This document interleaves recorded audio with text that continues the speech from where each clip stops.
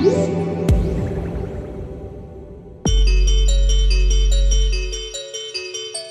everyone, my name is Felicia and I'm the gaming editor here at Digital Trends, and today we are taking a look at the HTC Vive Pro Eye.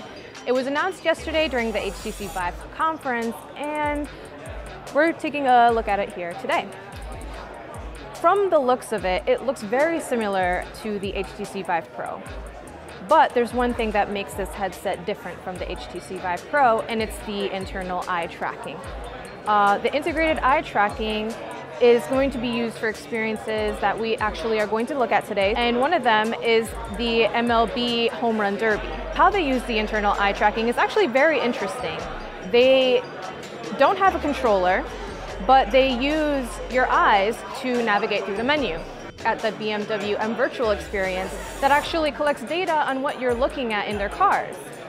It doesn't render the full image, but rather what you're looking at, similar to how we use our own eyes. The biggest takeaway is that this headset is more for commercial use.